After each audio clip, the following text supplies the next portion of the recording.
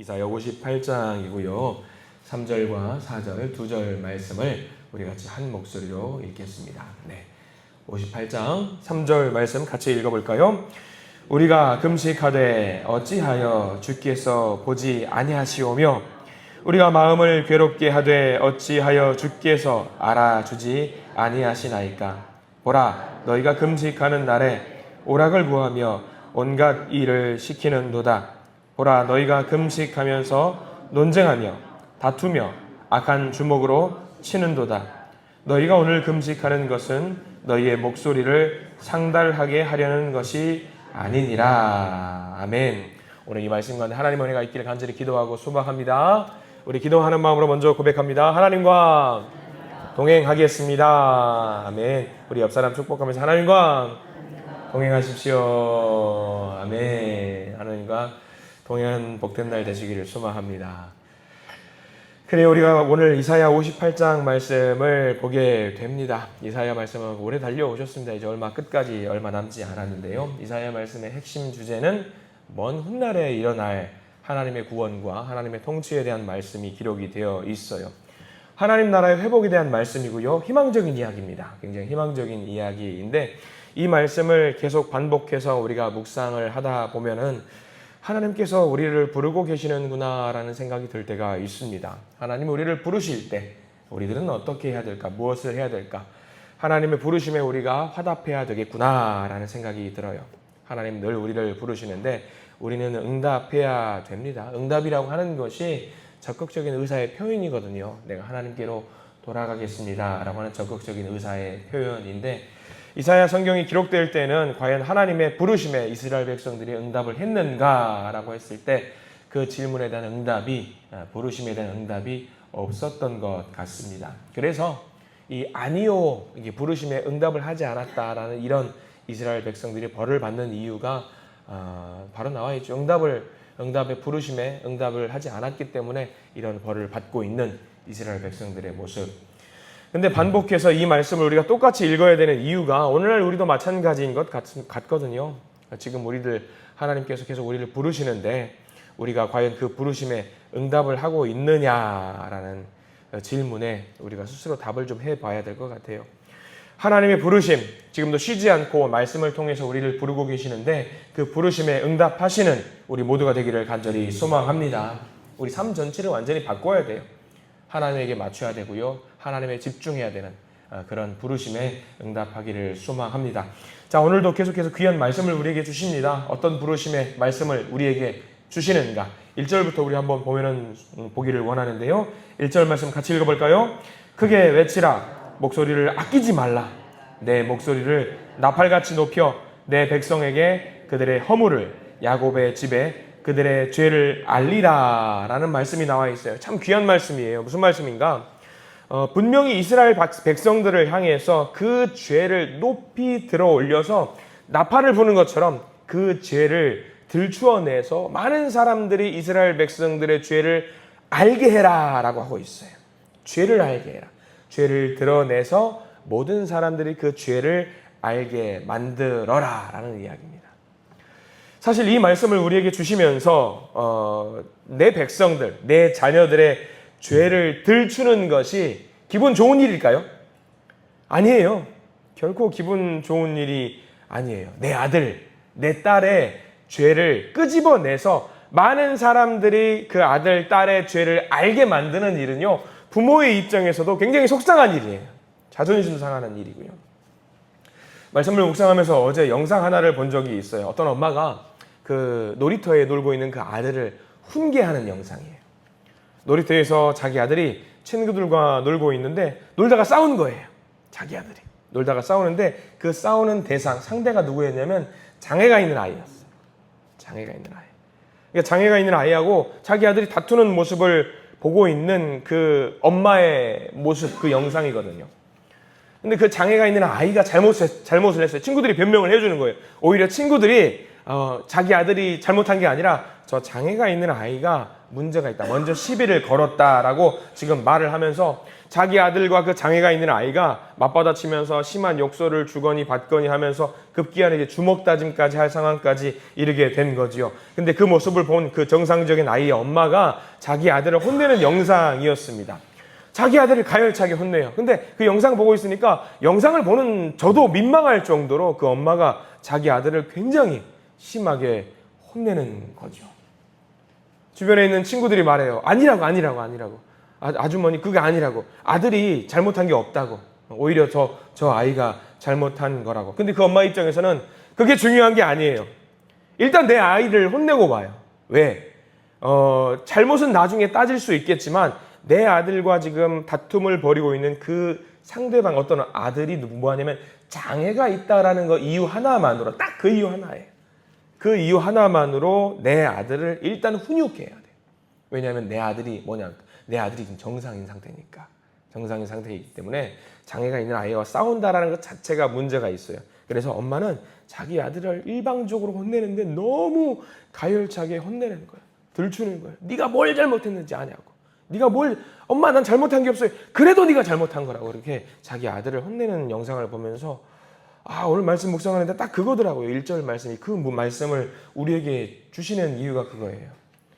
내 자녀가 바르게 크기 위해서 무엇을 해야 되느냐?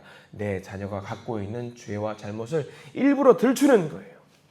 그게 맞더라고요. 그렇게 해야 되는 게 맞더라고요. 지금 하나님께서는 이스라엘 백성들을, 그 자녀들을, 이스라엘 백성들을 향해 더 크게 소리 지르는 거죠. 그 죄를 온전히 드러내라고. 더 크게 드러내라고. 왜? 미워서 그러는 게 아니죠. 죄를 꺼내서 혼내야 돼요. 그렇게 혼내야지 그 아이가 살 수 있는 거예요. 그 1절 말씀이 중요한 이유가 뭐냐면 1절 말씀을 반복해서 읽어보면요, 그 죄를 그냥 끄집어내기만을 하는 것처럼 보이는데 1절 말씀 중간에 중요한 단어가 하나 있어요. 뭐냐면 잘 찾아보십시오. 내 백성에게라는 말이 있어요. 여기 동그라미 표시를 해주십시오. 내 백성에게. 만약에 그냥 가열차게 혼내기만 할 거고 그냥 혼내고 버릴 거라고 한다면 이런 말 안 해요.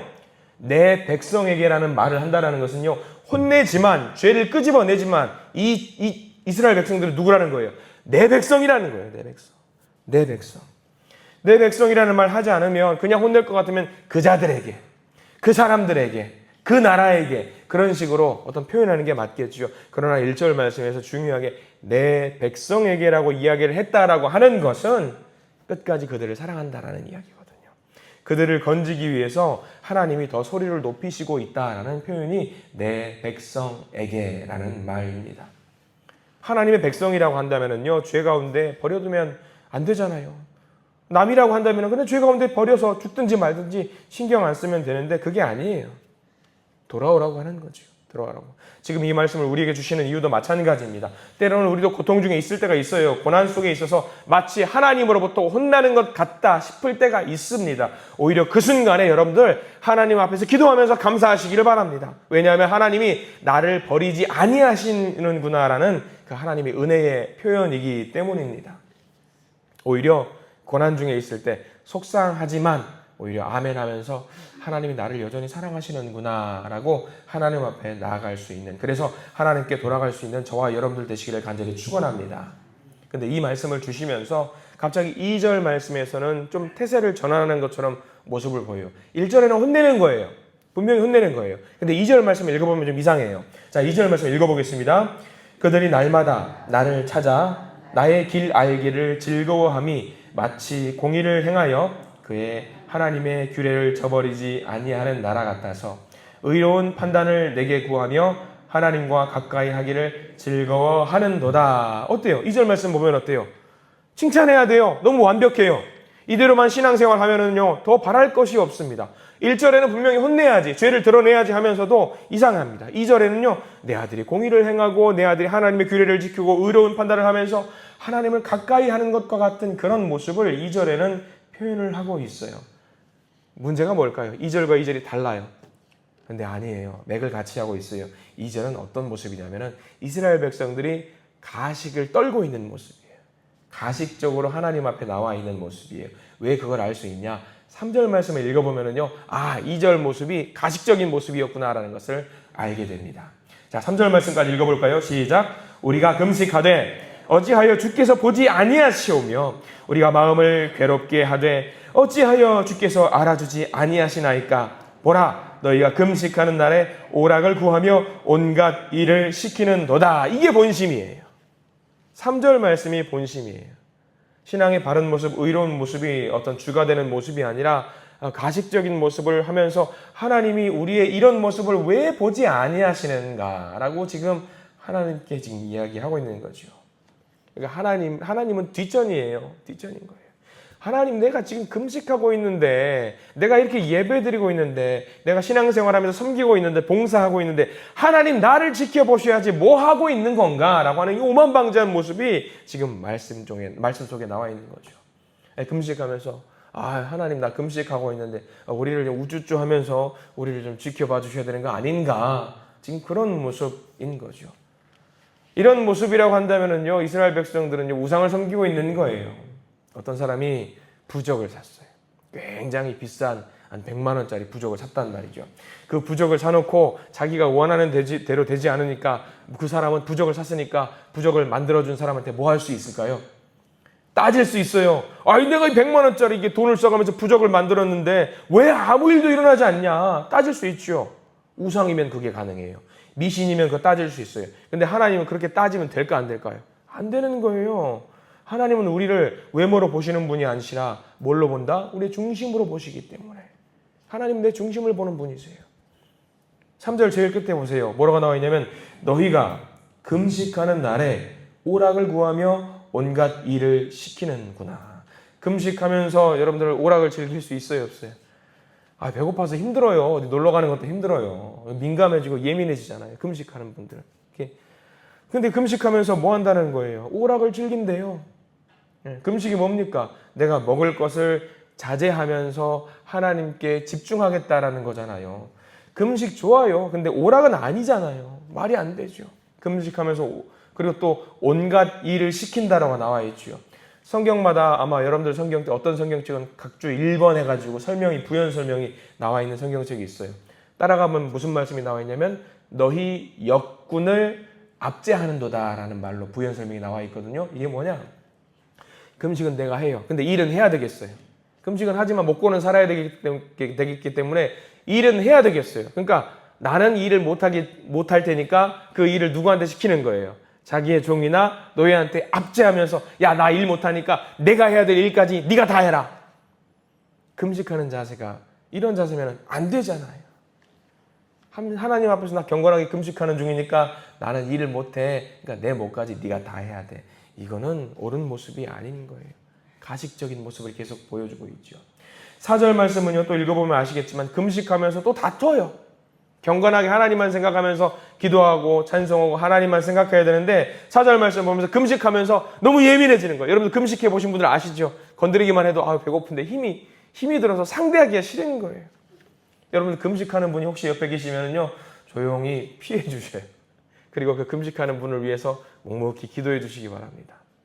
금식하면 예민해서 다툴 수가 있거든요. 근데 4절 말씀은 금식하면서 다투면 안 된다라는 얘기죠.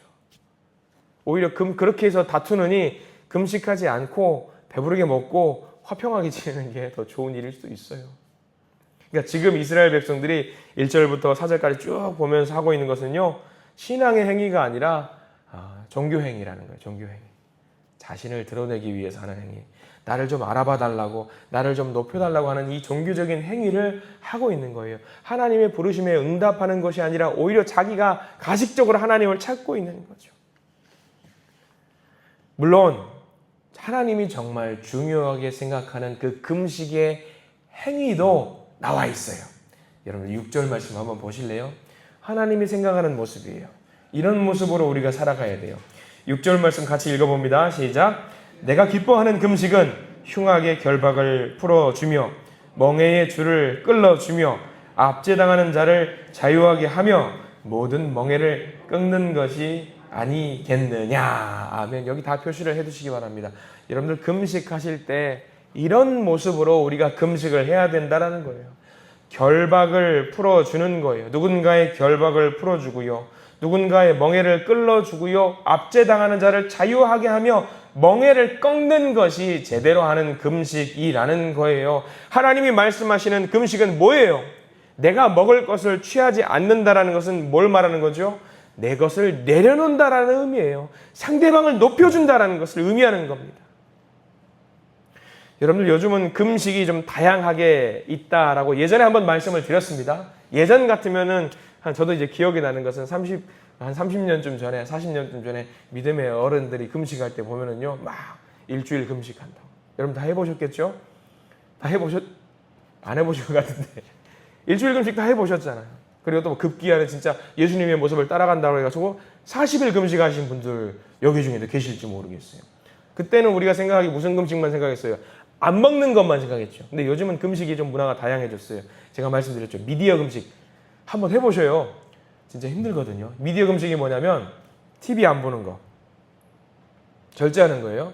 요즘은요 스마트폰에 뭐 안 보는 거, 유튜브 안 보는 거, 이거 진짜 힘들어요 여러분들. 제가 알고 있는 한 70대 나이 드신 권사님이 있는데 유튜브를 그렇게 즐겨보세요. 예전에 있는 교회에서. 그래서 한번 우리 미디어 금식 합시다 해가지고 하루만 우리 유튜브 안 봅시다 했더니 수요예배 때 만나서 목사님 진짜 힘들다고. 뭐가 그렇게 힘드냐고. 유튜브를 끊는 게 이렇게 힘든 줄 몰랐다고. 그렇게 말씀하세요. 그러니까 사람들이 그만큼 거기에 노출이 돼 있으면서 중독이 되는 거예요. 근데 유튜브를 안 본다라는 게 문제가 아니라 그걸 끊으면서 뭐 하자라는 거예요? 그 시간에 기도하자라는 거예요. 그 시간에 기도하고 그 시간에 압제당하는 자를 생각하면서 그리고 중보기도 하고 그런 기도를 하자라는 의미인데 야 그게 그렇게 힘든가 봐요. 여러분들 솔직히 한번 해보셔요. 한 3일만 이 스마트폰 딱 내려놓고 안 봐야지 제가 성공하시는 분들 선물 드릴게요. 그만큼 힘들어요. 그러니까 이 금식이라는 것이 의미가 그거예요. 내가 누릴 것을 내려놓고 그 금식의 순간에 하나님만 생각하고 다른 사람의 권리를 인정하고 다른 사람의 압제를 풀어주고 다른 사람을 위해서 중보하는 것. 이게 금식의 의미거든요. 7절은 더 적극적으로 뭐라고 말하고 있냐면 7절 한번 다시 읽어보겠습니다. 7절입니다.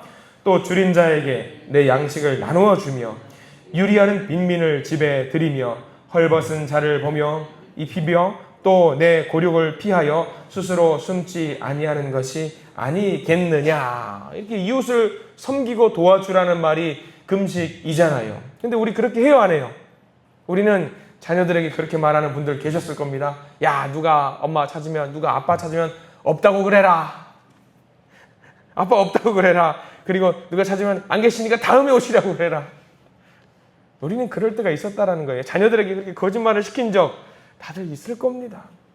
그러면 자녀들이 그걸 그대로 따라 봐요.